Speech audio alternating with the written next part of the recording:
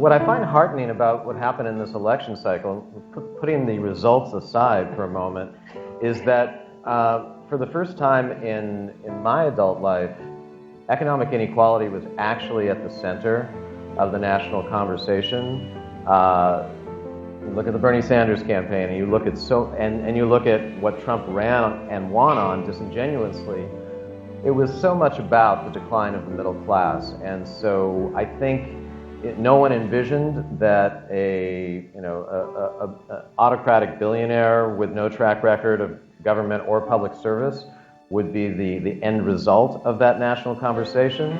But the genie's out of the bottle, and assuming that Trump does not, in fact, rebuild the middle class and address poverty, you can't put that genie back in. And so I think inequality as one of the two existential challenges of our generation is now at the center of the American conversation, and that's where it should be. State after state, in the campaign that we ran, when we talked about issues of class, about the grotesque inequality happening in this country between the rich and the rest of us, when you talk about corruption happening in DC, when you really have an analytical perspective on